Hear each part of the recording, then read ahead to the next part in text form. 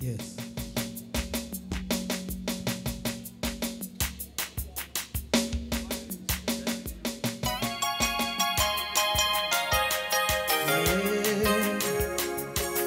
Yahweh uitiwe, aminifu wako umejulikana.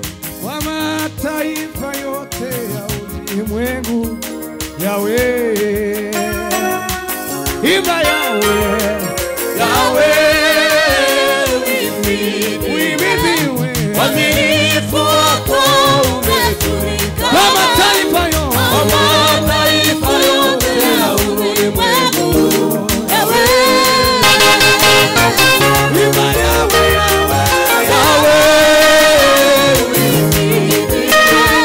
Uaminifu wako umejulikana. kwa mataifa yote ya ulimwengu. Imba Yahweh, Yahweh, Yahweh uimidiwe, wako kwa mataifa yote ya ulimwengu. Imani bagosha Yahweh, Yahweh, Yahweh, Yahweh, Yahweh uimidiwe, wako kwa mataifa yote.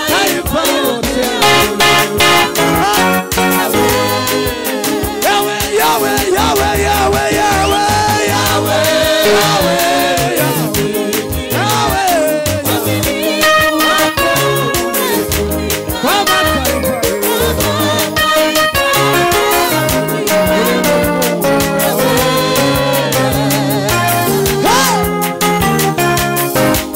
uliumba lakini haukuumba. Jina lake jemadari nakupenda, jina lake kiongozi wewe. Uliumba lakini haukuumba, uliumba lakini haukuumba. Jina lake jemadari nakupenda, jina lake kiongozi wewe. Asante Bwana Yesu kwa ukombozi. Asante Bwana Yesu kwa ukombozi. Asante Bwana Yesu kwa ukombozi. Asante Bwana. Haleluya. Asante Bwana ukombozi. Asante Bwana. Asante Bwana. Bwana Bwana. Asante Bwana Yesu. Asante Bwana. Bwana Bwana Bwana. Aiwe asante Bwana Yesu. Bwana Yesu. Aiwe asante Bwana. Bwana wewe Bwana. Asante Bwana Yesu. Bwana wewe Bwana. Asante Bwana Yesu. Imani mazo. Asante Bwana. Bwana Bwana kwa ukombozi.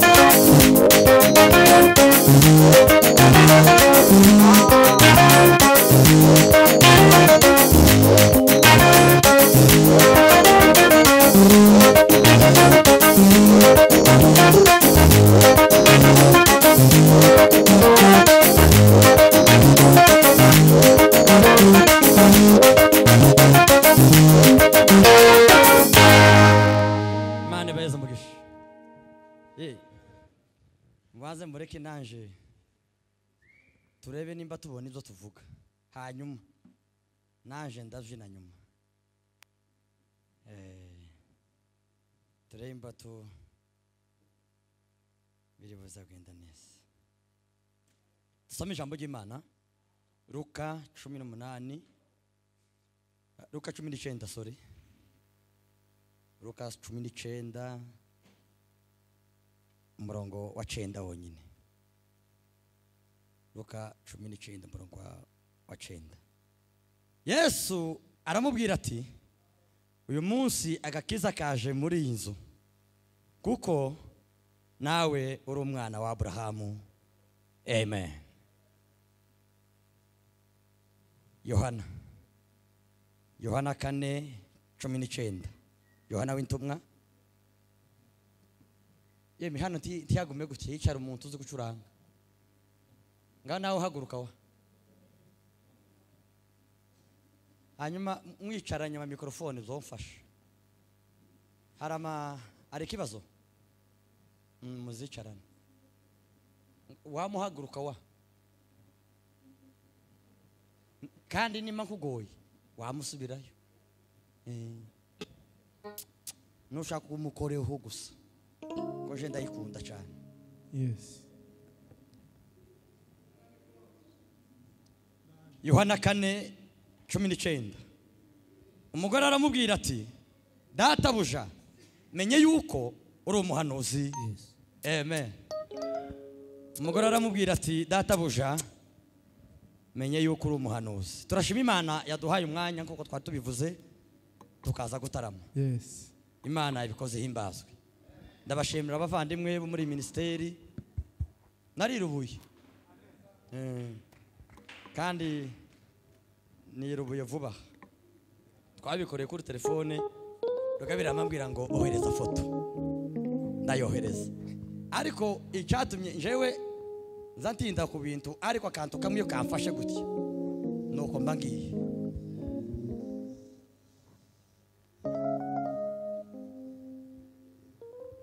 Siwezi mimi kushinda moyo ya shetani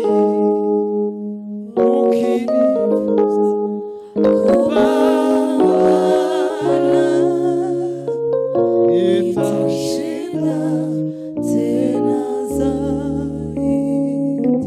Usekumanuraho gato. Sentu imanuraho gato tuyumva gusa. Siwezi mimi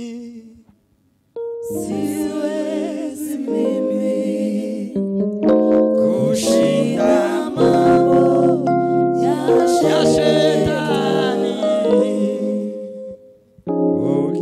ukifuza kupambana itashinda tena zaidi. Narimvuze ngo maze kumva ari umuntu wambwiye no ministeri ndayumva bituma nirubura. Yarambwiye ikintu gikomeye cyane abahudumizi batazi. Kuri abari abantu bose bataza bumva ministeri iya force nuko batazi iryo jambo. Iyo zari bikunze ngo muzabitangaze ku mugaragaro. Ambwira ikintu gikomeye pastor. Arambwira ngo abahudumizi ngo bari mu bice bibiri. Mwebwe mwatembeye muri base muri abadumizi babandi bo kwerekwa mukabona ibintu. Umuntu ugwaye mukamutabara, ufite ibintu mukabitwara. Imana ikavuga ngo dore ibintu birabaye.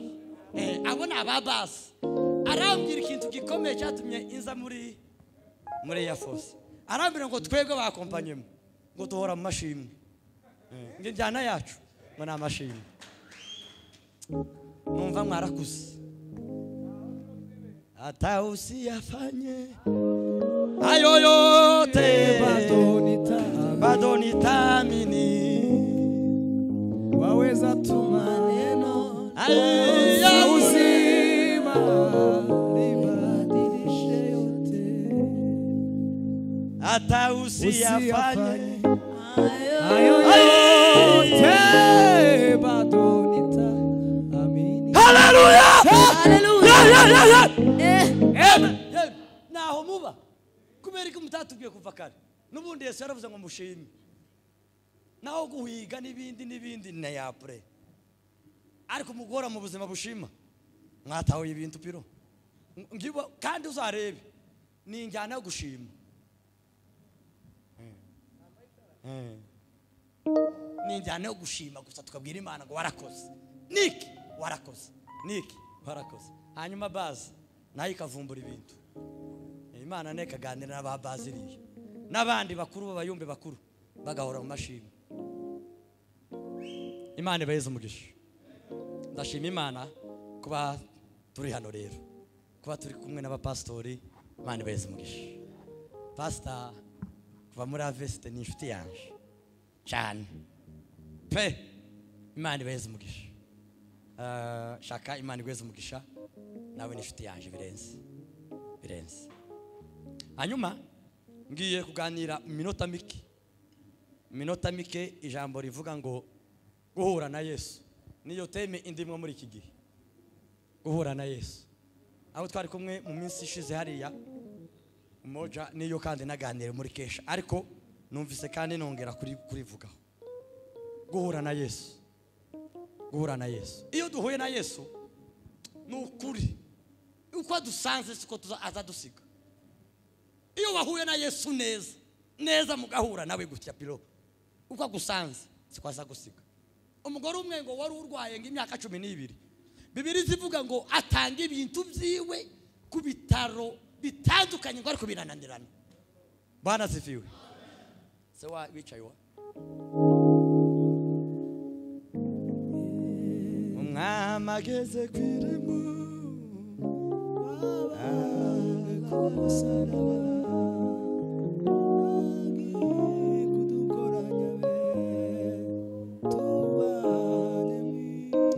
Bibiri zivuga ngo yaragerageje kwivuza, aragerageza bamurangira ibitarakirukanga ngo ubutunzi bwe burashira neza. Ariko mu mugoroba umwe ngo ahura na Yesu. Ndakwegereje kabo, Imana igweze mushapapa. Umugoroba umwe ngo yumva amakuru ya Yesu Kristo, ngo yiha mu mutima we, ngo aravuga ngo uwogenda rimwe gusa ngahura nawe kamukora byibuze ku mwenda, kuna mambo yanaweza badilika. Nukuri ngo mugoroba ngo yamagenda ngo aragenda ngo yamakora ku mwenda wa Yesu. Yesu yamababwira ngo muhagarare, ari umuntu mvuye nawe. Nimundeke ndirimbe nahuye na Mesiya, kandi guhura no Mesiya si ibisanzwe. Uwahuye nawe ahinduka musha,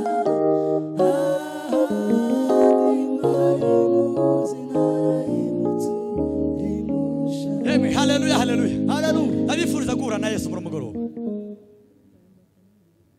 Ngamaze kumugaraho Yesu aravuga ngo ari ikintu kibaye, ari umuntu ukozeho ndabyumvise. Ngo abanafunze baramubwira ngo ariko muri aba bantu bangana gutya kuratubwira ngo duhagarare, hari ikintu kibaye ngo ari ugukozeho, ni ahubwo ni dutagukozeho. Aravuga ngo ya si kawaida. Bibiliya yambwiye ngo uwo mwana ngo arakira. Muzi yuko ukora imirimo yo mu ikanisa utarahura na Yesu, ukabwiriza utarahura na Yesu, ukaririmba ugahanura utarahura na Yesu, imirimo yose ukayikora utarahura na Yesu. Ariko ndabifuriza guhura na Yesu muri mugoroba. Haleluya. Bwana sifiwe. Haleluya. Bwana sifiwe sana. Amen. Ibintu kabingahe iyo duhuye na Yesu biza bibizera kuri twe. Nimara mvuga ibindi tuzaduhabwa iyo twahuye na Yesu kabingahe nicare. Icambere, umuntu neza wahuye na Yesu, imvugo zizahinduka, amagambo azahinduka, abantu bamubona bakavuga ngo nukuri byari yarahindutse. Nukuri yatugezemo asigaye abana natwe, wino w'Imana yera yozuye umutima wawe, umutima uraririmba yuko nawe rwose negereye umwami Yesu, ndirimba n'umunezero. Negereye umwami Yesu, ndirimba n'umunezero. Amagambo azahinduka bakavuga ngo nukuri yarahindutse, yahuye na Yesu. niyo mpamvu wa mugoroba byari byoroshe cyane gufata Petero ngo yaravuze gutya gusa amaze kwiyakana Yesu bama bavuga ngo ya hata kusema kwako uri kumwe nawe abe kuvuga kwawe gusa bigaragaza ko wari kumwe nawe.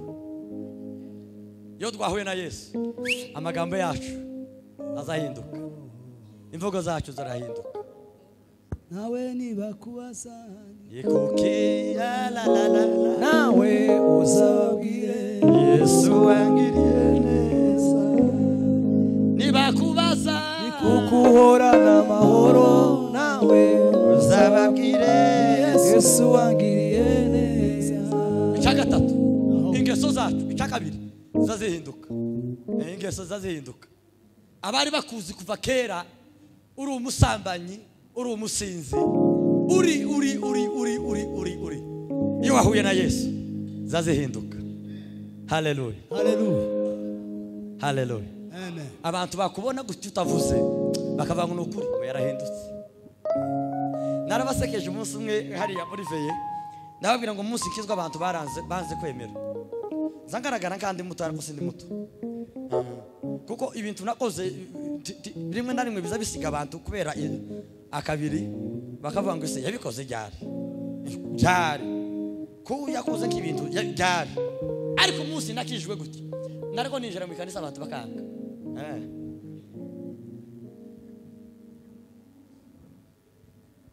Narababwiye ngo umunsi umwe nagaza mwera inzoka ku poro ya Kalundu.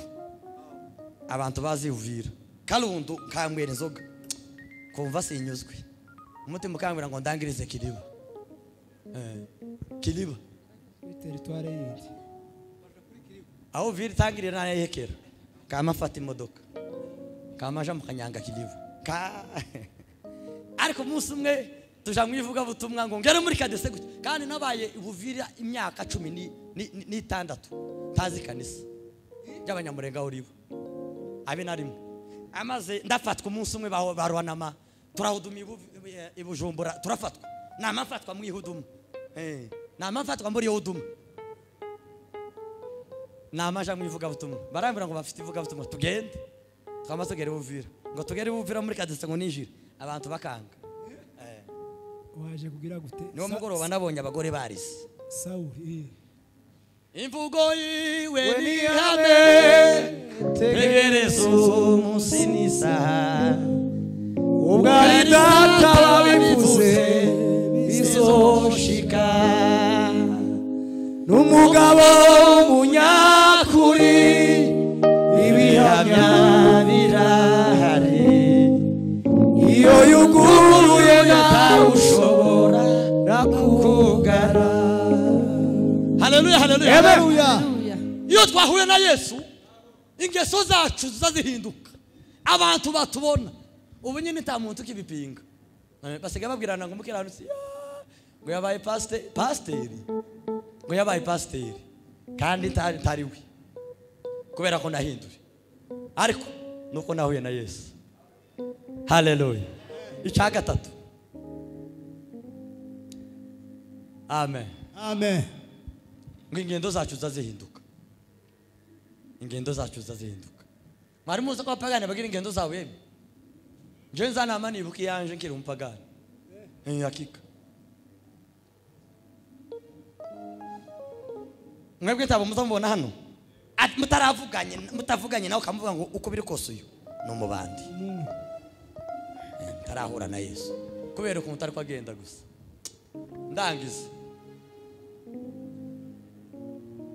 Yesu akurana ikiganiro rero aho twasomye ngo aciye i Yeriko. Zakayo amenya amakuru yuko ngo Yesu ngo ari bucaho hantu. Ngo yigira inama akagira amasiko ngo yo kuja gusa ngo kumureba. Uyu mugabo baza bavuga turiko twumva amakuru ye ngo yamayibwira inama pasa Yesu ngo reka naje ngende kumureba. Ariko ngo yagira inenge imwe ngo yari mugufi ngo yamazamuka igiti ngo Yesu hageze. Bwana sifiwe. Bwana sifiwe. Ndatinze. Yesu ngo hageze ngo yamarara amahejuru aramira ngo Zakayo ururuka. Uyu mugoroba turasangira. Uyu mugoroba turasangira.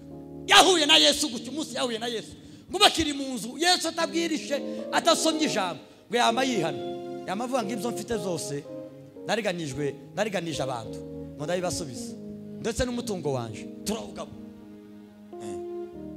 kubera ko yarahuye na Yesu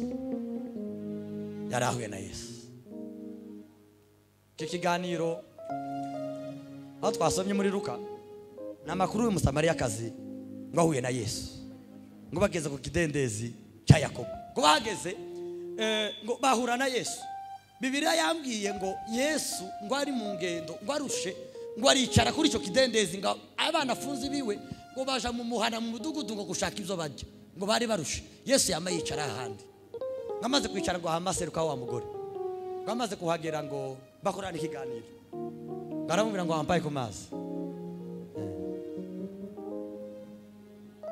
impa ku mazi. Bwana unipe maji hayo siwe na kiu tena. Bwana unipe maji hayo nisiwe na kiu tena. Bwana unipe maji hayo nisiwe na kiu tena. Bwana unipe maji hayo nisiwe na kiu tena. Bwana sifiwe. Amen. Aramubwira ngo wampaye ku mazi ko ngize inyota. Ngize inyota mpeza ku mazi. Aramubwira ngo hejari umusamariya n'umuyuda basangiye. Byari ko duhora tunenana. Byari. Yesu amubwira ijambo. Aramubwira ngo iyabo wari uzi ngo umuntu ugwaye gusabye amazi. Ngo wamubwiye kabisa ngo agweza amazi kugira ngo utazogira inyota ukundi. Wa mugore ntiyabitahura. Ntiyabitahura. Nubundi ari umugabo umwe wigeze kubitubwira sinzi nimba arinde ndamwibagiwe aratubwira ngo harananiza abantu bagendanye nawe tibavyumvise kandi natwe twebwe tuzatubibwirwa. Muzamubwira ngo twebwe tuzatubwirwa ibya Yesu twomwumva abo bajanye nawe basanga isani ngo bataramwumvise. Yesu ni furaha yangu amejaa pendo kweli anaweza kusimika kila mwenye udhaifu ananipa ujasiri nguvu na faraja hata nikionja kufa Yesu ni mchunga wangu. Haleluya, haleluya. Bwana sifiwe. Amen. Iyo baruzi gusabya amazi ngamubwira ngo nubundi tuzatuza kuvoma ahantu tuzatuza kuvoma niko Bibiliya yambwiye ngo umugore yamubwiye ngo nubundi ngo hano hantu tuzatuza gushaka amazi ngo ni kuri ngo ndangira aho hantu wenda ho bari hafi n'umudugudu kugira ngo tuzazuza turuha.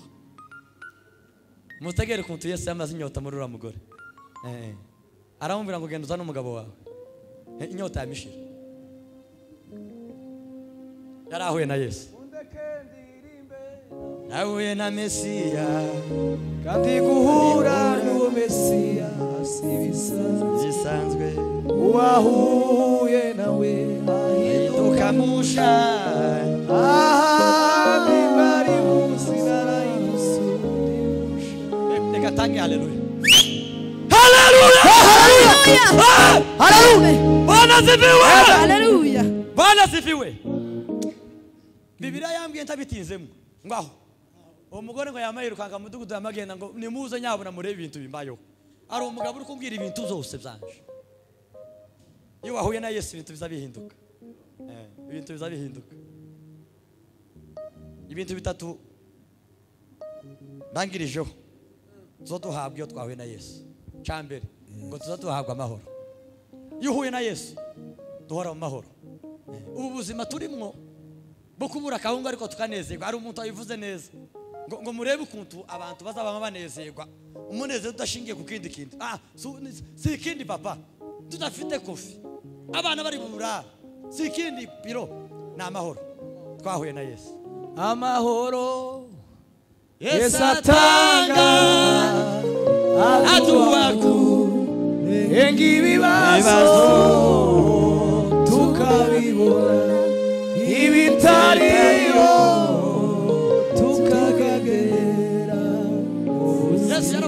amahoro mbaheza ngo atandukanye n'ay'abisi, atandukanye n'ay'isi itanga.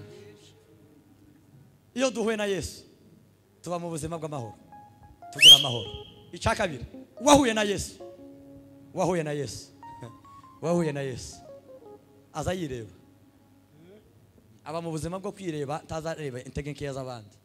Muzi impamvu abantu urutoki ruba gutya gusa ngo paseri runaka, ngo runaka intege nkeya, mukabona gusa intege nkeya z'abandi, no kudahura na Yesu neza. Ariko wahuye na Yesu neza, umunsi umwe bakoranye ikiganiro na Petero, amaze kumubwira iby'amafi aramubwira ngo twaraye mu ijoro byananiranye, none ko uratubwira amanywa ngo turobe ibikundo.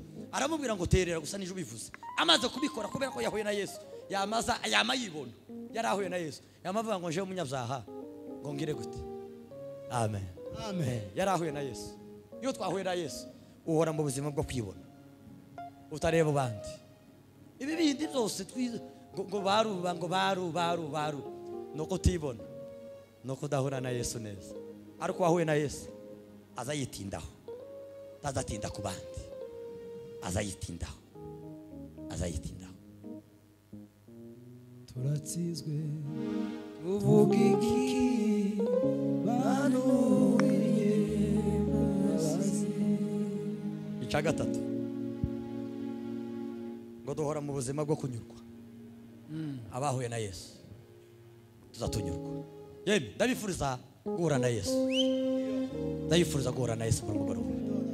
Ari bikugoye, bisaba ko ushaka n'abandi bagufashamo. Umva umuti n'umwe, birashoboka ko tubabona, tubabona birakunda, tumuzamura ko tuzatugwaza rimwe na rimwe ingwara yo gusengera, ariko tukabura abadusengera. Umva hura na Yesu gusa. Muri ndaravuze ngo tumbira Yesu wenyine, niwe wenyine gisubizo. Hura na Yesu, ndabifuriza guhura na Yesu mu bibazo dufite, mu ngorane dufite, mu byifuzo dufite ko bimeze nuko biresha. Muhure na Yesu, mwakira ijambo ry'Imana.